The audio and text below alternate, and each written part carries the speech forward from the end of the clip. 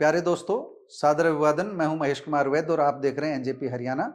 दोस्तों, आज बात करेंगे हरियाणा के बजट की। अब से कुछ देर पहले ही मुख्यमंत्री नायब सैनी ने बतौर वित्त मंत्री हरियाणा का बजट पेश किया है। इस बजट में क्या कुछ खास है, ये आपने देखा भी होगा और सुना भी होगा। हम बजट की थोड़ा और ज़्यादा गहराई से समीक्षा कर रहे हैं और पहले छोटी छोटी 2-3 बड़ी सूचनाओं के साथ।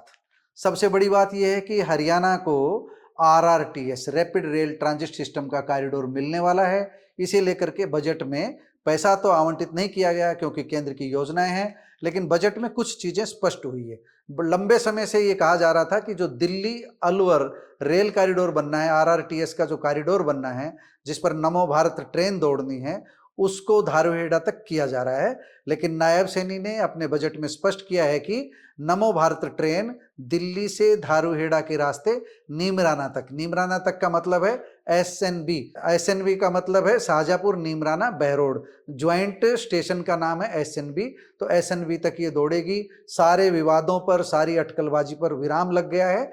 आरआरटीएस को लेकर के हरियाणा के बजट में जिक्र होना इस बात का प्रमाण है कि इस दिशा में सरकार अब जरूर कुछ अच्छा सोच रही है। बजट आवंटित होगा जब होगा, लेकिन ये कहा गया है कि इस प्रोजेक्ट को सरकार पूरा करने के लिए कृत संकल्प है। दूसरी एक बड़ी घोषणा इस बजट में, अगर हम एनसीआर या हरियाणा के संदर्भ में कहें या दक्षिण हरियाणा के संदर्भ में कहें, तो दूसरी घोषणा है, हम एकदम घोषणा इसको नई घोषणा नहीं कह सकते, लेकिन बजट में जिक्र आया है, बजट में इस बात को लिया गया है तो एक उम्मीद बनती है कि जो अरावली में जंगल सफारी 10,000 एकड़ में जो जंगल सफारी विकसित होनी है, उस दिशा में काम किया गया है। हम ये कह सकते हैं कि जो दक्षिण हरियाणा से 2 कैबिनेट मंत्री हैं, उनमें से राव नरवीर सिंह का जो ड्रीम प्रोजेक्ट है जंगल सफारी, उसे लेकर भी सरकार ने गंभीरता दिखाई है। और अस्पतालों को लेकर के, स्वास्थ्य विभाग को लेकर के, स्वास्थ्य विभाग के कामों को लेकर भी सरकार ने बड़ी गंभीरता दिखाई है। हम एक एक विषय पर चर्चा करेंगे, लेकिन जो दक्षिण हरियाणा से दूसरी कैबिनेट मिनिस्टर हैं आरती सिंह राव, उनके विभाग को भी अच्छा खासा बजट आवंटित किया गया है। झज्जर का जो अस्पताल है उसको अपग्रेड करने की बातें कही, कई हरियाणा में अस्पताल अपग्रेड किए जाने हैं, उन पर भी हम चर्चा करेंगे कि आरआरटीएस धारूहेड़ा के रास्ते नीमराना तक जाएगी। दूसरा, जंगल सफारी के लिए सरकार ने अपना संकल्प व्यक्त कर दिया है, जंगल सफारी भी बनेगी। तीसरा, स्वास्थ्य सेवाओं को लेकर के, शिक्षा को लेकर के सरकार ने किसी तरह की कमजोरी नहीं दिखाई है। और हम आपको ये बता दें कि हरियाणा का जो इस बार का बजट है वो अब तक का सबसे बड़ा बजट है। 2 लाख करोड़ से ऊपर का बजट है। पहली बार हरियाणा का बजट 2 लाख करोड़ से ऊपर गया है। अगर हम पिछले साल से 2024 से इसकी तुलना करें तो मैं आपको थोड़ा डेटा आंकड़ा बताता हूं कि 2024-25 का जो बजट था वो 1,80,313 करोड़ का था। और 2025-26 के लिए जो बजट प्रस्ताव किया है नायब सैनी ने बतौर वित्त मंत्री, वह 2,05,017 करोड़ 29 लाख रुपए का किया है। ये काफी बड़ी राशि है और पिछली जो योजना थी, पिछला जो वित्त वर्ष था, उससे 13.7% अधिक है। नायब सैनी ने बताने की कोशिश की है कि तब और अब, यानी कि कांग्रेस सरकार के समय कैसी स्थिति थी और भाजपा सरकार के सत्ता में आने के बाद में क्या स्थिति है। प्रति व्यक्ति आय एक महत्वपूर्ण तथ्य दिया है उन्होंने बताया कि 2014-15 में हरियाणा में प्रति व्यक्ति आय 1,47,388 रुपए थी, जो 2020-25 में 3,53,182 करोड़ रुपए हो गई है। अब हम बात करते हैं कि नायब सैनी के बजट में खास क्या है, विजन क्या है। तो देखिए, नायब सैनी ने खुद ही इन बातों को स्पष्ट किया है कि भाजपा ने 2024 के विधानसभा चुनाव में 217 वादे मतदाताओं से किए थे। इनमें से नायब सैनी के अनुसार 19 वादे पूरे हो चुके हैं और 14 पर काम चल रहा है। कहां से आया इसका बजट? इसका बजट उन्होंने बताया कि जो अनुपूरक बजट था उसके माध्यम से 19 वादे पूरे हो चुके हैं और 14 पर काम चल रहा है। और जो 2025-26 का बजट आज प्रस्तुत किया है, 17 मार्च को प्रस्तुत किया है, इस बजट में 90 वादे, यानी संकल्प पत्र में जो 217 वादे किए थे भाजपा ने, उसमें से 90 वादे इसमें पूरे होने जा रहे हैं, ऐसा नायब सैनी ने दावा किया है। नायब सैनी ने एक खास बात यह कही है कि उन्हें कुल 11,000 के लगभग लोगों से सुझाव मिले, अलग अलग संगठनों से सुझाव मिले। 1,592 सुझाव बैठकों के माध्यम से आए, 8,963 सुझाव ऑनलाइन के माध्यम से आए। इसके अलावा ईमेल से और पत्राचार से भी उनको कुछ सुझाव मिले। कुल मिलाकर 11,000 से अधिक सुझाव आए। इन सुझावों के दृष्टिगत उन्होंने कहा, मेरे लिए ये महाकुंभ जैसा था, इन सुझावों को लेकर के वे बेहद गंभीर थे। इन सुझावों के आधार पर उन्होंने बजट तैयार करने का प्रयास किया है। उन्होंने अपने 6 विजन भी स्पष्ट किए। सरकार के 6 दृष्टिकोण इनको हम कह सकते हैं। सरकार ने 6 दृष्टिकोण में जो बात कही है वो मैं आपको बता देता हूं। डिपार्टमेंट ऑफ फ्यूचर, एक नया विभाग बनाने की नायब सैनी ने बात की है कि फ्यूचर, भविष्य में क्या होना है, क्या किया जाना है, रोड मैप क्या हो सरकार का भविष्य में, एक अलग से डिपार्टमेंट इसका काम करेगा। दूसरा, एआई मिशन को लेकर के बड़ी बात कही है नायब सैनी ने। हरियाणा एआई मिशन लागू किया जाएगा। और इसके साथ ही एक तीसरा बिंदु यह है कि हरियाणा में गुड़गांव और पंचकुला में एआई हब यानी आर्टिफिशियल इंटेलिजेंस के हब स्थापित किए जाएंगे, ताकि आने वाले समय की भविष्य की चुनौतियों को पूरा किया जा सके।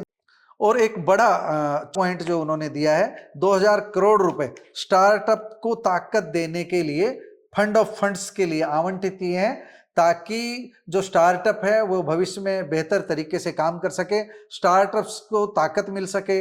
बेरोजगारी दूर करने की दिशा में इसे एक अच्छा कदम कहा जा सकता है। और जो है संकल्प प्राधिकरण, संकल्प की एक बड़ी व्याख्या है, आप नेट पर भी देख सकते हैं। संकल्प की व्याख्या है, इसको नशा मुक्ति की दिशा में एक प्राधिकरण, एक अथॉरिटी के रूप में गठित किया गया है, ऐसा प्रस्ताव किया गया है। और छठा प्रस्ताव डंकी रूट को लेकर के, आप सब जानते हैं डंकी रूट को लेकर के कितनी आलोचना भारत सरकार की, हरियाणा सरकार की हुई है। किस तरह बेरोजगार अमेरिका में जा रहे हैं, किस तरह उनको अपमानित करके अमेरिका ने वापस भेजा है। इस स्थिति से निपटने के लिए नायब सैनी ने अंतर्राष्ट्रीय रोजगार का अच्छा मार्ग तय करने के लिए, डंकी रूट बंद करने के लिए एक अपना छठा विजन इसका प्रस्तुत किया है। दोस्तों, बजट में आवंटित राशि कहां कहां खर्च की जाएगी? मान लीजिए सरकार के खजाने में 100 रुपए हैं, इसमें से कितने पैसे कहां खर्च किए जाएंगे? आप यह समझ सकते हैं कि कितना प्रतिशत राशि कहां खर्च की जाएगी। सरकार का सबसे अधिक व्यय सामाजिक सेवाओं पर होगा, सोशल सर्विसेज पर होगा।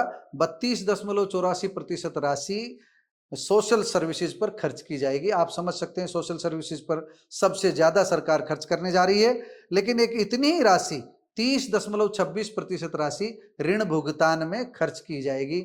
आप समझ सकते हो, कर्ज उतारने के लिए सरकार 30.26% राशि खर्च करने जा रही है। आप समझ सकते हो डेवलपमेंट के लिए पैसा कम बचेगा, लेकिन फिर भी अलग अलग विभागों के लिए सरकार ने बहुत कुछ आवंटित किया है। हम आपको बता दें कि कृषि एवं सिंचाई सुविधाओं पर कुल बजट राशि का 10.67% खर्च किया जाएगा। इसी तरह शिक्षा पर 10.39% राशि खर्च की जाएगी। पेंशन पर 8.22% राशि खर्च होगी, जबकि समाज कल्याण और पोषण पर 9.67% राशि खर्च की जाएगी। हम आपको ये बता दें कि सरकार किस विभाग की किस प्रमुख योजनाओं को किस ढंग से लागू करने जा रही है। सरकार की एक बड़ी घोषणा है कि 2000 पूर्व सैनिकों को रोजगार के लिए प्रशिक्षण दिया जाएगा और सफल प्रशिक्षण प्राप्त करने पर 50,000 रुपए की राशि उनको दी जाएगी। सैनिक व अर्धसैनिक बलों के शहीदों के बच्चों के लिए छात्रवृत्ति योजना शुरू किए जाने का प्रस्ताव है। इस छात्रवृत्ति योजना के तहत 6ठी से 12वीं के छात्रों को 60,000 रुपये प्रतिवर्ष दिए जाएंगे। डिप्लोमा या स्नातक स्तर पर 32,000 रुपये प्रतिवर्ष दिए जाएंगे और पीजी यानी स्नातकोत्तर स्तर पर 96,000 रुपये प्रतिवर्ष दिए जाएंगे। ये सैनिक और अर्धसैनिक कल्याण विभाग की तरफ से ये योजनाएं की गई है। महिला एवं बाल विकास विभाग की बात करें तो 2000 आंगनबाड़ी केंद्रों को सक्षम आंगनबाड़ी केंद्रों में परिवर्तित किया जाएगा। 2000 आंगनबाड़ी केंद्रों को प्ले स्कूल में परिवर्तित करने के लिए 81.63 करोड़ रुपए का बजट आवंटित किया गया है। पत्रकारों के लिए भी एक गुड न्यूज है। हालांकि ये पहले की घोषणा है, सरकार ने बजट में वादा किया है कि मीडिया कर्मियों को कैशलेस मेडिकल ट्रीटमेंट की सुविधा दी जाएगी। नायब सैनी ने अपने बजट में गुरुग्राम में प्रस्तावित मिलेनियम सिटी सेंटर से साइबर सिटी तक के 28.5 किलोमीटर लंबे मेट्रो कॉरिडोर का भी जिक्र किया है। इस मेट्रो लाइन का शिलान्यास काफी समय पहले ही प्रधानमंत्री नरेंद्र मोदी कर चुके हैं।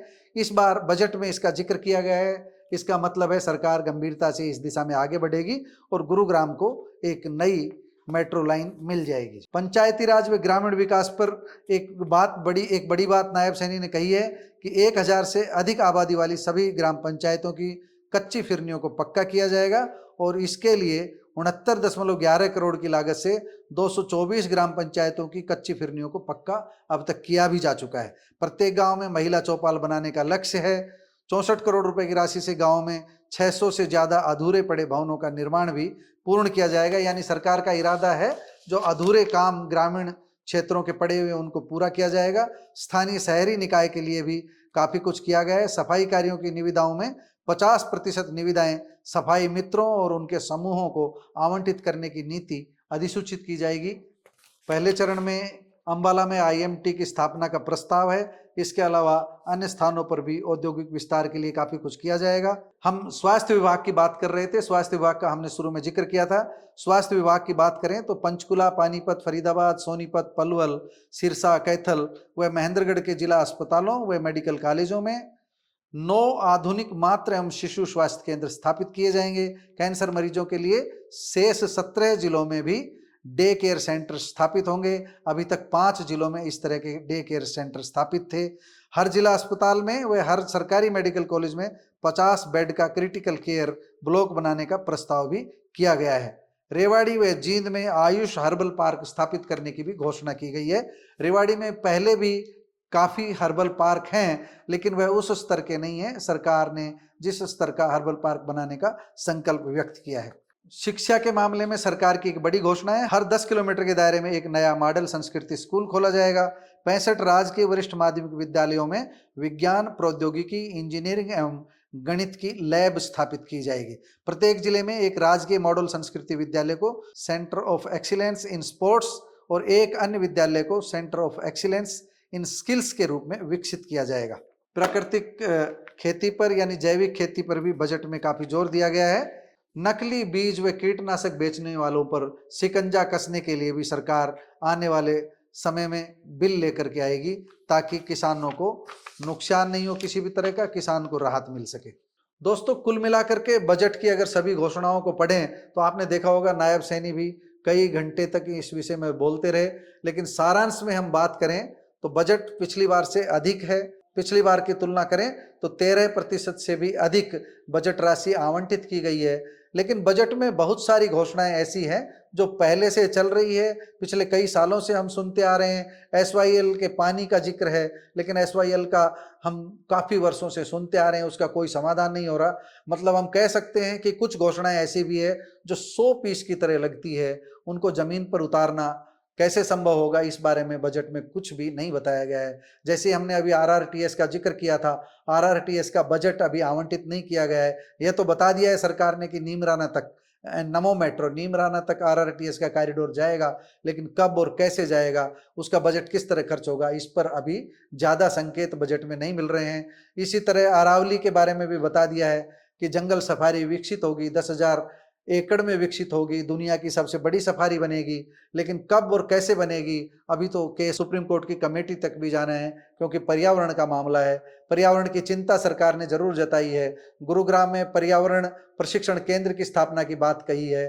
काफी कुछ बजट में वन एवं पर्यावरण को लेकर भी कहा गया है, स्वास्थ्य को लेकर भी कहा गया है, शिक्षा को लेकर भी कहा गया है। दक्षिण हरियाणा में एक सहकारी सरसों के तेल मिल की बात कही गई है, क्योंकि दक्षिण हरियाणा में सरसों अधिक उत्पादित होती है। दक्षिण हरियाणा में पहले से ही सरसों की मिल, हैफेड की सरसों की मिल पहले से ही है।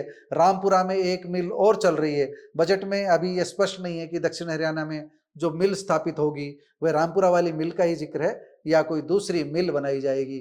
दोस्तों, बजट की प्रमुख बातें यही हैं, लेकिन विपक्ष इस बजट को लेकर सरकार पर हमलावर हो चुका है। सरकार की तरफ से भूपेंद्र सिंह हुड्डा ने सबसे पहले प्रतिक्रिया दी। दूसरी ओर पूर्व वित्त मंत्री और कांग्रेस के OBC सेल के चेयरमैन कैप्टन अजय सिंह यादव ने भी अपनी प्रतिक्रिया में कहा है कि सब आंकड़ों की जादूगरी है, बजट में ऐसा कुछ नहीं है जिस पर जनता उम्मीद कर सके। इतनी ज्यादा घोषणाएं हैं, इतना लंबा भाषण दिया है नायब सैनी ने कि इन सब बातों को अगर पूरा किया जाए तो उसके लिए काफी बड़ी रकम की जरूरत पड़ेगी। बजट में ऐसा कुछ नहीं है। बजट में 30% राशि तो ब्याज और कर्ज चुकाने में ही खर्च की जाएगी। आप समझ सकते हैं विकास कैसे होगा। सत्ता पक्ष की तारीफ और विपक्ष की आलोचनाओं के बीच बजट पर आज इतना ही। नमस्कार, धन्यवाद।